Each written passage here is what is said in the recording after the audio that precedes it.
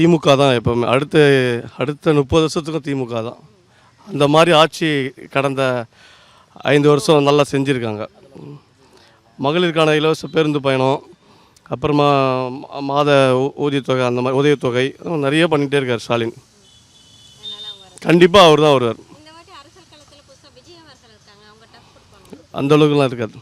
அடுத்து வரக்கூடிய தேர்தலில் யார் ஜெயிக்கிறதுக்கு அதிக வாய்ப்பு? அதிக வாய்ப்புனா டிஎம்கே தான் மேடம் வரும். எதனாலனா சில இதெல்லாம் நல்லது செய்கிறாங்க.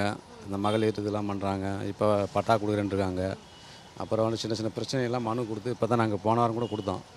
கொஞ்சம் சரிசு பண்ணிட்டு வந்துட்டு இருக்காங்க. அதனால் வந்து ஸ்டாலின் தான் அடுத்த இப்போ வருவார்னு நினைக்கிறேன். கண்டிப்பாக இப்போ இருக்கிற கூட்டணி படி பார்த்தீங்கன்னா மறுபடியும் இதே கவர்மெண்ட் தான் வரும். சேம் கவர்மெண்ட் தான் வரும். சேம் கவர்மெண்ட் தான் வரணும்.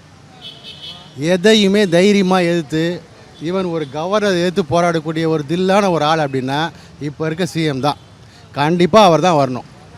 எடப்பாடி எல்லாம் வந்து பார்த்திங்கன்னா அது தேவையில்லாத ஒன்று. எப்போது ஒரு ஆளுங்க எதிர்க்கு இதில் இருக்கிற மத்திய அரசுக்கு பயந்து போகிறாங்களோ அது சரியே வராது. இந்த கவர்மெண்ட் தான் வரணும். இந்த கவர்மெண்ட் தான் வரும்.